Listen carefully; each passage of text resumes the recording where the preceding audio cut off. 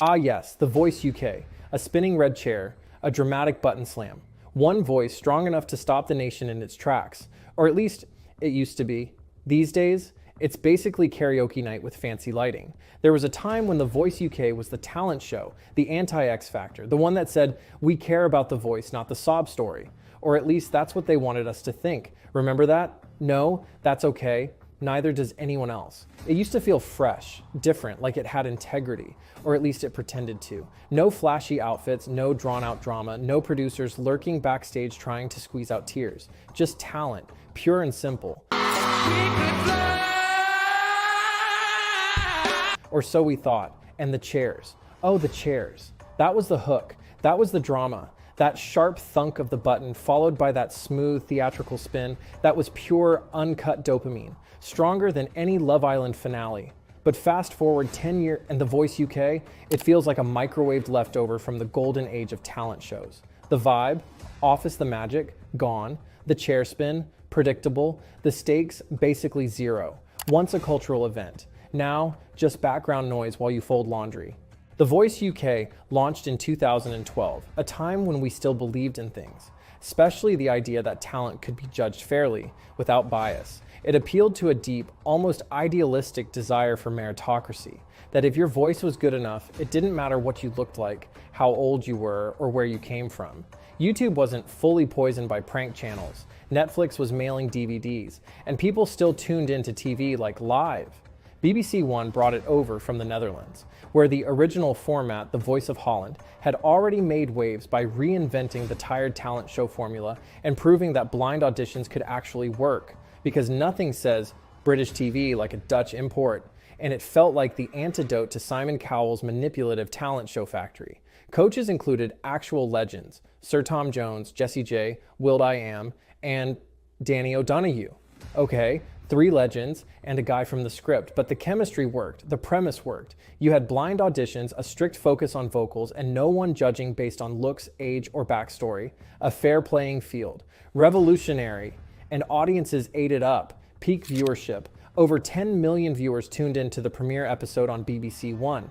That's right, Zinter million people watched this show on purpose. But like any British TV moment, it didn't take long before we did what we do best. Ruin a good thing with overexposure, under-delivery, and the occasional scheduling disaster.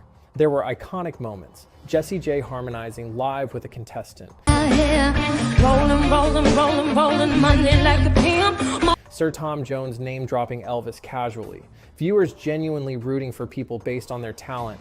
What a concept. It felt intimate. It felt like watching lightning in a bottle. Someone stepping out of a mundane life into the spotlight, raw and unpolished, but magnetic. A world where a postman from Hull could sing a ballad and get 4 chairs to turn without needing a tragic backstory montage in slow motion. So when did it start falling apart? Well, it depends who you ask. But here's a clue when you have more former coaches than memorable winners. That's not a great sign. Jessie J left after season 2. Kylie Minogue appeared and disappeared like a glittery fever dream. Ricky Wilson stuck around longer than anyone expected. Paloma Faith, blink and you missed her. By season 5, the coaching lineup had become a revolving door. The chemistry faded. The banter felt forced. The excitement on life support. And then they dropped a bomb. They axed Sir Tom Jones. No warning, no farewell episode, just a quiet thanks but no thanks via email. Let that sink in. You don't just email fire Tom Jones. That's not a contestant with a dodgy falsetto. That's Sir Tom. The man has sung with Elvis, Aretha, and literally has a knighthood for services to music. Fans were furious. Tom was blindsided. He later said he felt shocked and disappointed, which is polite Welsh for I'm ready to burn the building down.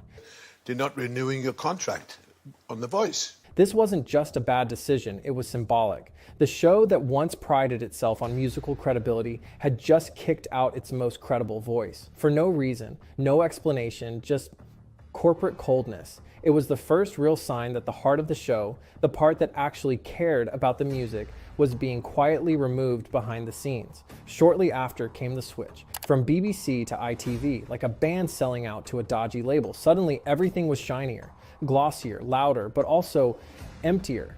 The tone shifted, more TV moments, Fewer spine-tingling vocals. More, your story is so inspiring. Less, your voice just blew me away. The show that once claimed to be above sob stories became just another sob story generator. Cue drone shots, emotional lighting, and a carefully timed tear. And the contestants. The whole point was to discover unknowns, right? But by season 8, many of them already had managers, agents, and 30,000 followers on TikTok. How exactly is that undiscovered? It went from, we found this incredible voice in a pub in Leeds to, this is Amelia. She almost got signed by Universal, but then got ghosted by a label exec. And the winners, you remember them, right? No? Exactly. Like Kevin Sim, winner of season 5. Former Liberty X member, won the whole thing, got a record deal. And then crickets. It's not that they're not talented, it's that the show didn't know what to do with them after the confetti fell. Try naming 3. Seriously, I'll wait. Still waiting. Because they vanish. Into the reality show. Abyss. A contract. A half-hearted single. And then radio silence. Imagine winning a national talent show and your biggest post-show gig is singing covers at a shopping center opening in Slough. That's not a career. That's a punchline. The format became a loop. Audition, chair spin, battle round, bland final, disappear. Rinse, repeat. Meanwhile, the coaches became the actual stars. Whole episodes revolved around their jokes, performances, and emotional anecdotes. The show shifted focus entirely. It wasn't about the singers anymore. It was about the coaches pressing buttons. The irony? Delicious. By this point, the contestants were barely the main event. It was about Ollie Murs' cheeky one-liners, will.i.am's soundboard impersonations, and Tom Jones casually name-dropping music royalty. Talent show or celebrity hangout? Hard to tell. The contestants, just there to keep the seats warm. So, what was the moment we all knew The Voice UK was past saving? This is the core question of everything that follows, because behind every downfall, there's always that one moment. Simple. The moment no one cared who won anymore. Not the audience. Not the producers, not even the winners. Back in 2021, season 10 wrapped with yet another promising talent, Craig Eddy, the full package. Oh my gosh! Emotion, skill, a compelling story, arc, and yet his win barely made a ripple. No trending hashtags, no viral clips, not even a sarcastic meme roundup. In an online ecosystem where a raccoon making smoothies racks up more views than a national singing champion, you don't need a musicologist to tell you, this show's done. That's not just a glitch in the algorithm, that's a symptom of decay. The pivot toward celebrity coaching for clout was in full swing. Anne Marie's arrival in season 10. That wasn't a nod to vocal coaching excellence. That was a marketing decision with glitter on top. A TikTok-compatible face for a TikTok-optimized format. Let's be clear. This wasn't about her. By season 10, casting for clicks had replaced casting for credibility. Every new coach felt less like a music mentor and more like a sponsored partnership. Anne Marie's role, the ultimate synergy hire. They once fired Sir Tom Jones over email. Now they're onboarding brand deals in human form. Progress, a move less about elevating voices and more about boosting Spotify streams. It felt like a rebrand, a talent show reskinned as a scroll-friendly content machine, because nothing screams vocal integrity. Like, we need someone Gen Z might recognize from their gym playlist. What started as a talent show had now rebranded into a social media campaign in disguise, a platform built to chase virality, not develop artistry. And slowly, it spiraled into parody. Coaches hitting buttons just to look busy. Contestants pouring their hearts out, only to get a glazed-over smile and a recycled, "You smashed it, babe." At one point, will.i.am literally sat scrolling his phone during a performance. Not as a joke, not as a reaction, just scrolling, like someone killing time in a waiting room. There was a time when a chair turning meant something. Now it just means someone didn't want to look bored on camera. Every note had lighting cues, every pause felt rehearsed. Even the tears hit on cue, like sadness was part of the script. And she passed away on Easter. And At this point, even will.i.am's intergalactic metaphors couldn't distract from the collapse. When your voice is like an alien flower blooming in zero gravity, starts to feel like the highlight of the episode, you're not watching a talent competition anymore. You're watching a meme generator. So where are we now? In 2025, The Voice UK feels like a parody of its former self. It's the TV equivalent of that one guy at the party who keeps telling the same story from 10 years ago, hoping someone will care. We've reached a point where the show's once refreshing format now feels more like a relic. Auditions are formulaic, emotional arcs are overproduced, and every dramatic pause feels algorithmically timed.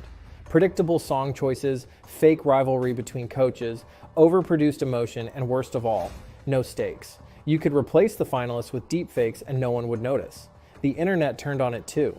Memes are brutal. There's one going around that shows 4 spinning chairs and the caption, "When you realize it doesn't matter because they'll forget you by next week."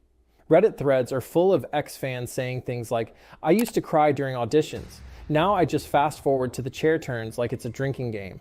YouTube comments under recent clips, "A war zone. Another powerhouse vocalist doomed to disappear. Who's ready for another forgettable winner?" Harsh, but fair. Even the contestants seem to know. They go on the show to build a platform, not win. Because winning means what exactly? A one-album deal no one promotes, a few press photos, and a single that drops off the charts faster than you can say, ITV budget cuts. It's no longer about the music. It's about maintaining the illusion that something important is happening. But viewers aren't dumb. People are hardwired to detect inauthenticity. And once they feel emotionally manipulated, they disengage. They've seen behind the curtain. They know the chairs don't mean anything anymore. They know the tears are pre-scheduled. They know that even a perfect voice isn't enough without a TikTok strategy. Beside you, as long as I... Could The Voice UK reinvent itself? Sure, if it had the guts. But it would take more than a new logo or a trendy coach. It would mean actually believing in new talent again, acting like it matters. A full-on reboot, not just a fresh coat of paint, but ripping it down to the studs. Scrap the stunt casting. Bring in coaches who actually want to mentor. Ditch the sob stories. Let the talent speak for itself again. Make the winner matter. Give them a record deal with a label that invests in their career, not just a press release and a shrug. But will that happen? Probably not, because reinvention is risky, and it's easier, safer, to let the show quietly fade into irrelevance while milking the format for whatever ad revenues still dripping out. The Voice UK started as a revolution, a rebellion against the tired tropes of talent TV. Now it is the trope. Back in 2012, it gave people hope. A voice could change your life. A single spin of a chair could rewrite your future. But in 2025, a chair spin is just that, a chair spin. And that might be the saddest note of all. So what happened to The Voice UK? Once a platform for dreams, it's now just background noise in the playlist of TV history. If you made it this far without spinning your own chair in frustration, hey, maybe you should be the next coach. Smash that subscribe button, drop a like, and tell us in the comments, which talent show should we break down next? Because if we're going down this rabbit hole, we might as well bring popcorn.